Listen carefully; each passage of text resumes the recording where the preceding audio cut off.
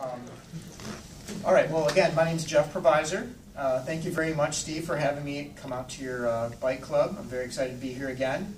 My bike shop is Main Street Bicycles. We're located in the Old Town area of Carpentersville, which the way I took today, just zigzag down Freeman Road, and then cut over to Binney, and then that dead ends at Huntley Road, turn right, and a few minutes later you're in Old Town Carpentersville, right on the bike trail, where our shop is located. Literally right outside our parking lot is the Fox River Trail. So I welcome you guys. Even if you don't need anything, you can always park in our lot as a stop, as a destination point to go on to the rest of your ride. You can, we have air, pumps to pump up the tires and whatever else you might need. So first we'll talk about, getting the bike going for the beginning of the year. So if the bike's been sitting over the winter, more than likely the first thing you'll notice when you pull it down or take it out, the tires have gone flat. And that's normal. Tires don't hold air like car tires do. There's a rubber tube inside that just isn't as airtight as what your car system is. So you will need to top off the tire pressure. It's not super easy to see, but usually if you have some good light, there's always printed on the sidewall of the tire, they'll say minimum and maximum air pressure. Most tires, like the shorter, wider tires, are 45 to 65 pounds of pressure or so, and the taller, skinnier ones on a hybrid can be 65 to 80 or 90. Skinny road tires, as much as 100 to 120 pounds of pressure. Most of your standard little floor pumps will take care of that. Your home compressor probably can do most of that too. If it has the skinnier little metal valve, sometimes you need what's called an adapter to have that work.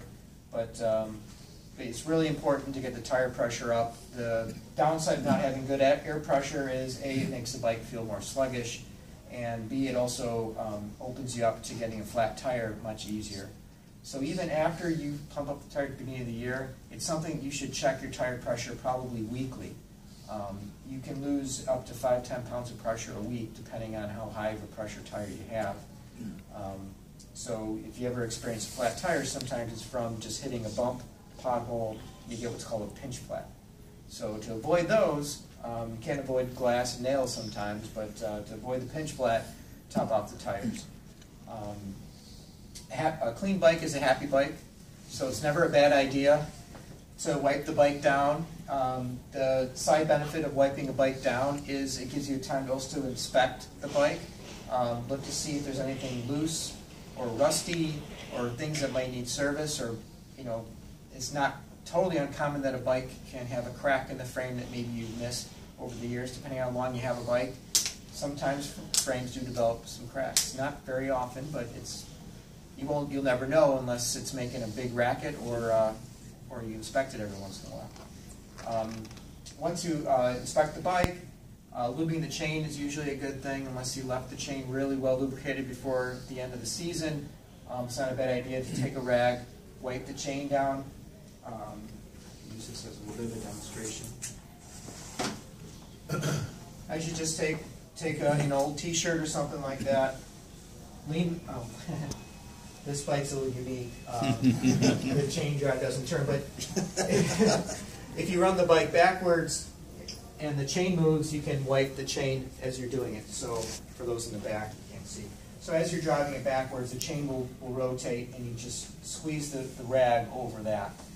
That gets most of the dirt off. If it's dry, then I take some chain lube, and instead of just squirting it all over the place, I'm a little meticulous, and I advise you to kind of do the same. I put just drops of lube on each link. There's like 100 links on the chain, so it does take about a minute or two, but that way you're not just coating everything in oil. Oil only does a good job if it's in the right place. If it's all over the chain and all over your gears, that will just collect a lot of dirt and dust, and that will make a big mess, and you'll see the chain marks on your calf when you get on and off your bike. That's usually a sign you got too much oil on your chain, and that will wear things as well. So too much oil and too little oil, you gotta be careful. It's just enough. So after usually you lube the chain, I usually let it soak in for a moment, and then take a rag, the clean part of the rag, and just wipe down the excess. Then your chain's usually pretty good for a couple 100 miles or more.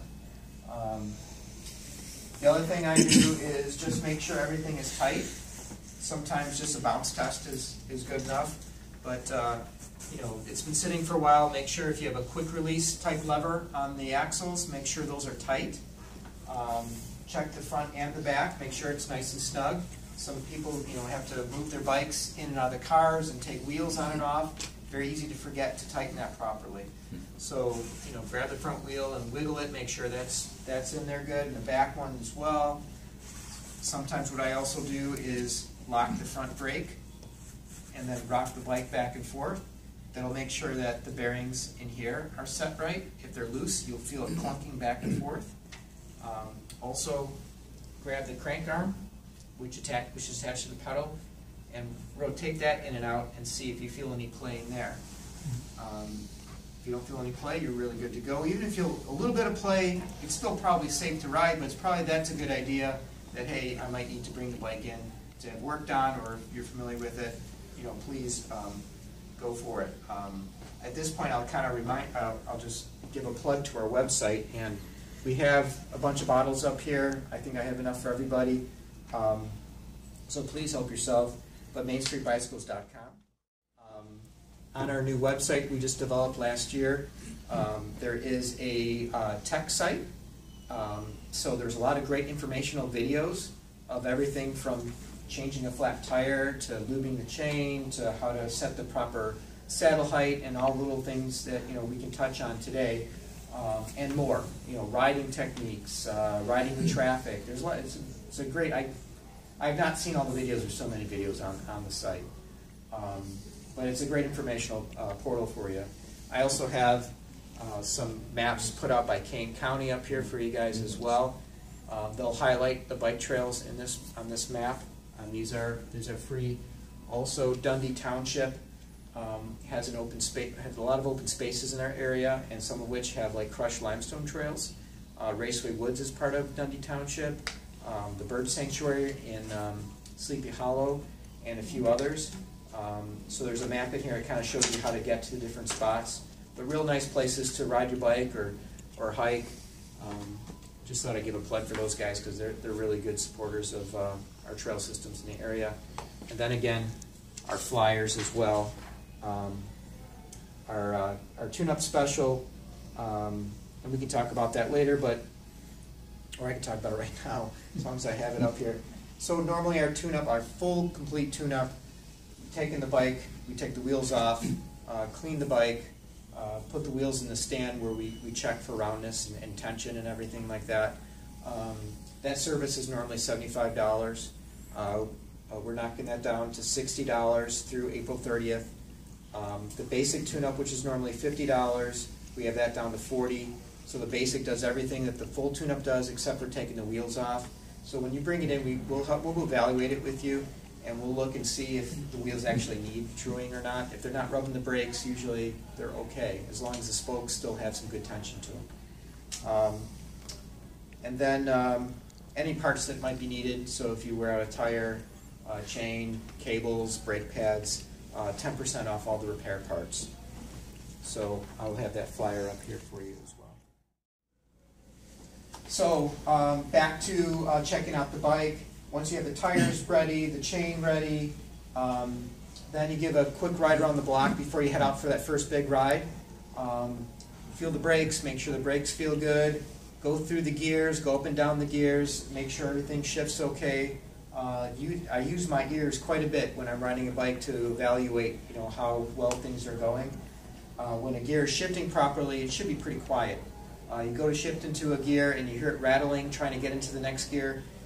It could just be a little bit of tensioning that needs to be done just to get it to shift properly. It might not be anything major, but it's a good idea to kind of do a small little shakedown ride around your block before you head out to that first big ride. Also, from taking the bike in and out of the car, going back to that point, so the right side of your bike has the drivetrain on it, the chain, and what's called a derailleur in the back. That's your shifting mechanism. Where that gets attached to the bike, bike engineers have designed it so that if that derailleur gets if that falls over, that derailleur gets bent, there's a softer little replaceable metal part down there that will allow that to bend instead of bending the frame. Good that it saves the frame, but bad that it's soft enough that sometimes it can get bent without you really knowing it. So as you're playing around and shifting, if you start to hear something hitting spokes, stop shifting up into the easier gear until you stop and you look and see if the back end of the derailleur, which usually, when you look at it from behind, should run parallel to the wheels, go straight up and down. But if you see it clocked in a little bit, that means it could have got bent in. And if you continue to shift all the way up into that easiest gear, it'll get caught by the spoke, and it could damage the derailleur, it could break the derailleur very easily. It's one of the more common things we see in the shop sometimes, unfortunately. So that requires sometimes a new part and a new derailleur and sometimes a chain and stuff like that. So if you're taking the bike in and out of the car, please be aware of that. I usually recommend that you don't put it in the car on that side. Always lay it down on the opposite side of the derailleur, and that usually prevents that from happening. Other than that, safety-wise, make sure your reflectors are good.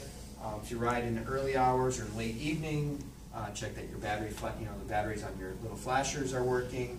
A lot of times, people have little odometers. It registers with a sensor. There isn't one on this one, but there's a sensor on the wheel that the computer has to pick up. A lot of times it gets bumped, and while you see numbers on here, it's not picking up. They think the computer's broken, but really it's just the sensor has to be moved closer to the magnet that's on the wheel. That magnet has to be, like 2 or 3 millimeters from maybe 4 millimeters, depending how strong that magnet is. So it has to be pretty close. So just line those up again if you don't see anything pick up there. Your computer usually can go 2, 3, 4 years sometimes without changing a battery. But you're getting close when you start seeing that number. The number is not as sharp on the screen. It's getting a little faded. What else? Back to lubricating. So you can use sometimes a very light oil on the cables. On this particular bike, a lot of the cables run inside the frame, so it's hard to see if there's any corrosion. But on most bikes, the cables are exposed for sections on the top tube and in the back, and you can drip little bits of oil where the bare cable goes back into the housing, because that's usually where, if it gets wet, the water wicks into that little area. So the first few inches of the housing is where the water will collect and start corrosion. So if you drip a little oil in those little parts, sometimes the oil will wick into it. It'll make the cables feel much better. Sometimes you can just manually kind of rotate them up and down to get the oil to go in there. I use like a Tri-Flow type lubricant. It's a very fine Teflon-based lubricant for that, not the real heavy chain lube. But any lube's better than none sometimes. WD-40, a lot of people still have the idea that that's a good chain lube. It's good for cleaning up things, breaking down rust, but it's really not that great for lubricating your chain. So I know it sounds like a blatant plug for bike shop stuff, but bicycle chain lube, it was designed for the real fine mechanisms of a bike, so it's not a bad investment. A little bottle might cost you $10, but I bet it should last you 5 years, if you use it sparingly, correctly. Other than that, if you see anything else that's worn, just keep an eye on it. Your tires, look for cracking in the sidewall or anything splitting. That's usually a good sign that it's time for some new rubber. Your back always wears faster than the front because it's the weight of your body is mostly on the back of the bike. So you can kind of compare the tread on the rear to the front, and if you start seeing all the little fine lines in the tread disappearing, then you know it's probably getting close to needing a new tire. Most tires last 1,000, 1,500 miles or so. So you can calculate that into your mileage. Some people can get longer miles, some people get shorter miles. Some people I've unfortunately sold some very expensive road tires to a gentleman, and half a mile away he hit some glass hard enough that it cut the whole sidewall, and yep, that was it. You can't really patch tires too easily. In an emergency, if there's like a hole in it, you can we call booting the tire. And I can talk about changing a flat real quick too. So say you pull the bike out and you pump up the tires, and you know what? You really do have a flat still. So in order to get that changed, taking the wheel off with a quick release is not a big deal. And we can go, if anyone has any questions, I can show you some of the finer points of opening up the brakes and stuff like that. But you take the tire off of the tire lever, pull the old tube out. Hopefully you got a moment. I always fill up the old tube, the one that got punctured, with some more air to see if I can find where that leak was, because sometimes that will help me identify where on the tire there might be still something sticking in it. So you look at the valve in relationship to where the hole is, and then carefully run your hand on the inside. There's thousands of tires I've done. I never cut my finger on anything on the inside. Usually you just feel something sharp. So then usually I actually like it when I find something inside it, because then I know I found the source of what caused it. If you don't find it, then you kind of question yourself, okay, what else could have done it? But usually you find something, either a sharp stone, a piece of glass, or a wire. We found all sorts of things sometimes, fall out of work trucks and stuff like that can puncture a tire. So hopefully you find it, pull it out. If the hole is just like a pinhole, you have nothing to worry about with the tire, it should be fine. But if it's cut, like say, about the half the width of your pinky nail, something that can expand when the tire expands, then that's no good anymore, unless you have something that you can put on the inside to prevent the tube from expanding through that cut. Because the tube under pressure wants to fill all that space, and if there's a little bit of a cut inside the tire, that will try to squeeze into that cut and will pinch itself, and unfortunately it will pop. The other source of that kind of pop is on the inside of the rim. There's usually a strip that covers the holes in the rim that the spokes go through, and if that rim strip isn't lined up over those holes, the tube can expand into those holes, and that will pinch itself as well. So inspect that rim strip as well, as long as you have the tire on. So then putting it back together, and I'm sorry I should have done a quick demo, but we'll look at your videos. You look at the videos. I usually put a little air into the tire. There's another little tip. I put a little bit of air into the empty tube to give it some form. That way it doesn't get folded when you put it back in. I leave the tire on the rim, half the tire bead on it still, and then tuck the tire in, and then put the whole piece on. That also keeps it from getting pinched when you're putting it on. And then once you get it all seated, I try to use just my hands rolling it on. Using it, if you have to use a tire lever, it's really hard. Try to take out the rest of the air in the tube. If you usually have like maybe about this much left that you really can't get. I try rolling it with my wrists and pushing with my thumbs, to get that last bit. And if you really can't do it, then take a tire lever and very carefully go underneath of it, and make sure you're just hooking the rim and not grabbing the tube on the inside, because when you pry it on, you're going to pinch that tube if you grab that tube, and then you got to start all over. And that's never a fun thing. Let's see. Any other questions about basic bike maintenance or getting the bike all prepped for the season? No? Okay, well, if any of the mechanical aspects you find that your bike does need some work, right now we've had some good weather. Thankfully, we've got it looks like we're going to have a decent spring this year. But the shop isn't super busy that we can't turn around most repairs in a few days. So most minor things we can take care of while you wait, flat tires and that sort of thing. So be happy to do that. If it's not easy for you to bring a bike to the shop and you'd like someone to come out to your house to do it, we were talking about maybe trying to organize like a day in April or so to come out and do that. But if that's not going to be convenient for you, you can still give the shop a call and see if it's convenient for us to come out. Maybe a $10 service charge for driving out here and doing it, but hopefully it's something we can do while we're here, bring enough tools and parts and stuff like that, so we don't have to bring it back to the shop and come back and stuff. But if you find value in that, maybe we can arrange to come out once and do another little get your bike prepped day. And I can bring some more bikes during the day, and then you can test ride some other bikes too if you're interested. So if you don't have any other questions, then I can kind of tell you about some of the other bikes that are out there.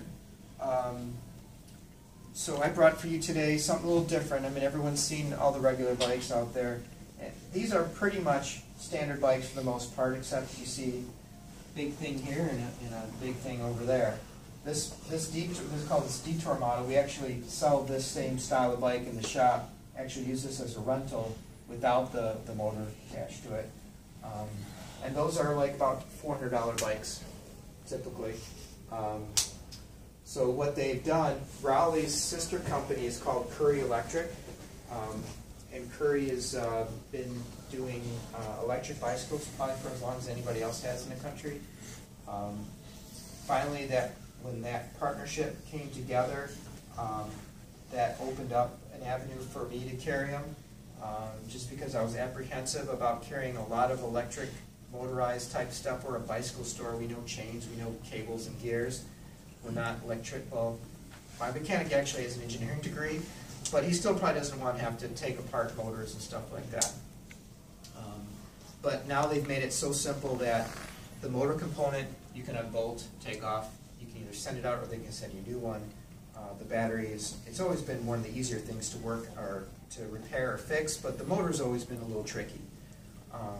But now it's evolved over the last few years, and the prices haven't come down greatly, but the durability factor, the power, and everything like that has really come of age.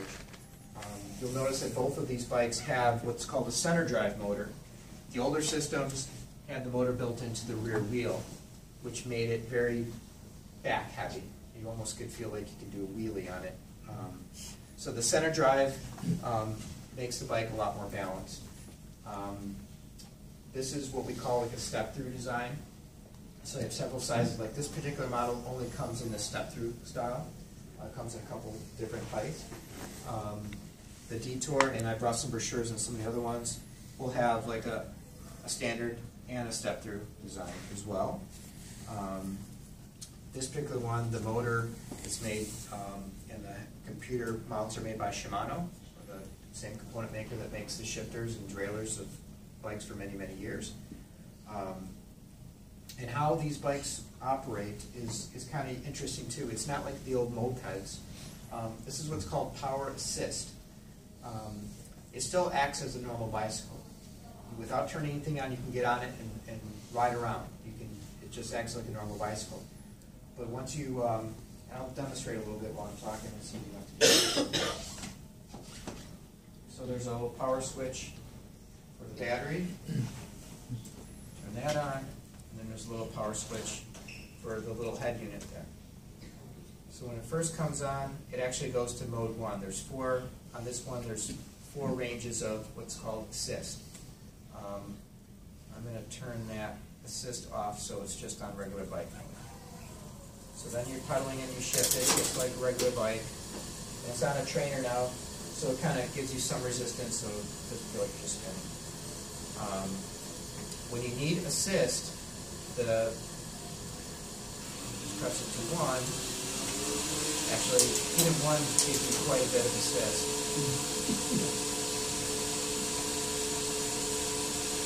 So this is equivalent of doing like 12 miles an hour. You can actually shift it into a harder gear so you're not spinning as fast. This is sort of realistic. I think you'd be pedaling a little bit harder if we're out on the road. But what's nice is the motor kind of kicks off when you're not pedaling. It senses the torque that you're putting on it and it amplifies that. I don't have the exact percentages. I know I read, I think in one of the booklets, that it's over 200% at the 4th level. So I'm figuring it's about maybe 50% of your assist mode in 1, 2, probably 100%. And without really changing my output, now I'm doing like 15 or 16 miles an hour. 3. It's actually almost driving my legs, so I gotta. Now it's like 18 and 4. Since there's no real resistance, it's hard for descent because it's really fast. Anyway, you can do 20. It kind of tops out around 20 or 21 miles an hour. If you're really strong, you can overpower it. But what's nice about it is you can still get exercise. You can ride it like a regular bike. You don't have to use the assist at all if you don't want to. But if you're riding with a group beginning of the season, and there are some people that, you know the people in every group, there's people who have been riding all year. They're going to be much stronger than you are at the beginning of the season. You're still able to keep pace. If there's some hills that some hills are just so unbearable that they're hard to get up, or sometimes you have to walk. Where we live in the valley, going out of the valley in any direction, there's a steep hill. I don't know what the grades are, but they're pretty steep. With this, I could stay seated and ride up most of them at like 15 or 16 miles an hour without breaking a sweat, just talking, like sporting around. It's quite fun. But it is a little bit of a cheat, but if it keeps your friends riding with you and enjoying the experience, I think it's a great thing. It doesn't really matter, like in price-wise, most of them have like the 350-watt motor, which can keep that same pace. I think at the higher price point, there's even a more powerful motor, which for the most part, I think it's just for the thrill of it. It's like adding a 5-liter V8. All cars can do, 60, 70 miles an hour, whatever. You don't need to have the higher power, but if you like to be able to accelerate faster, that will do it. And while I'm here, I'm just going to backtrack just for a second, in regards to, setting up your bicycle. Since I'm sitting here, I can kind of show you.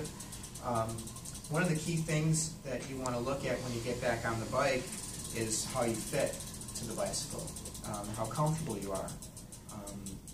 It's probably one of the most important things to riding, because if you're not comfortable on the bike, you're not going to want to ride very much. So there's the contact points. You've got your hands, you've got your feet, and you've got your tush. You got to keep them all happy. So part of doing that, usually I start with the feet. Like right now, this bike is set up kind of low for me. You want to set the seat up so that your legs are extended. Usually means you're almost on your tiptoes when you're coming to a stop, or you can lean over to a side, but your legs will thank you for the ability to extend while you're pedaling. It keeps the blood flowing a little bit more. It's easier on the knees as well. Then once you get that saddle height proper, you want to make sure your tush is in the right spot. The seat's not canted down too low or too high. You don't have any pressure points. If it's really awful, maybe it's time to buy a new saddle. Find something that's got a little more support, a little deeper cushion. And then the third part is where your hands are. Different bikes will fit you differently. Road bikes, you typically lean forward a little bit more. But for the most part, when your hands are in your control area, where your brakes and your shifters are, whether it's this style of bike or whether it's a road bike, you don't want to see your arms locked out. You want a slight bend. You don't want to be leaning forward so much that you have to crane your neck forward to look down the road, because that will be fatiguing too. So you kind of want your back close to about a 45-degree angle at the most. And you can achieve that usually by either, if you have a stem that can raise, or a handlebar that you can adjust. If it's kind of maxed out where it's at, you still would like to be up a little bit higher. There's many little fixes that we've done at the shop where you can swap out the handlebars to something that has a little more higher rise, or a stem that has a little higher rise as well. It's very rare that someone comes in like, I want to be lower on the bike. It's always, I want to sit up higher. So in my takeoff box of all the stems, I've got a lot of stems that are like 6 inches long, but not many 2 or 3 inch stems to bring you more upright. So fit, is really important. grips have come a long way too. If you notice some of these bikes, they flare a little bit more into your palm, so no longer do you feel like it's just digging into one spot. It kind of fills in your hand a little bit. Gloves, cycling gloves, they're not just for looking cool. They actually have sometimes pads like in the palms of your hand to protect the vein and the nerves in there, so it alleviates the pressure. Also, the texture of the grip, of the glove, gives you a lot more control and grip, so you don't have to squeeze and hold on as hard because the glove is kind of grabbing for you, even if you're sweaty. The other thing that's a nice thing to have is invest in some shorts, cycling-related shorts. You can go the Lycra short route, or you can do the baggy route too, if you want to more modest and have pockets and stuff like that. But the key is that the short on the inside is tighter fitting. That helps with your circulation a lot too. If you've heard like all the compression things that people wear, cycling shorts kind of do the same thing for your hamstrings and your quads. And then the padding, it doesn't look like much, but if you know, like your sit bones, when you sit on a cycling seat, the bottom of your pelvis is only covered by a very thin layer of tissue, because I guess we weren't really designed to sit on bicycle seats. So when you add a padded short, that almost doubles the padding that you actually have. It can really increase the comfort from riding just around the block to riding for hours and hours. They even make creams that are designed for your shorts. He's laughing. And most of these creams have funny names too, like chamois butter and buttonhole cream and stuff like that. But that helps with chafing as well. And many cyclists who ride many miles like to put that on sometimes, just to avoid those situations. Because once you start getting saddle sores, it's hard to get back in the saddle until those heal up. So other than that, these are our new bikes for this year. They're made by Raleigh. Lifetime warranty on the bikes. The motors themselves, usually it's about a year. Batteries about the same. That's what they had in print when I talked to them and to the tech reps. They're like, if they actually, according to them, you shouldn't have any factory type of issues. If there ever is, we would stand behind it. But batteries don't last forever, unfortunately, and that might be something, after depending how much use you get out of it, hopefully about 5-6 years or more. It's still kind of, I haven't sold that many to know, like I don't have a history, but I'm hoping it's gotten a lot better.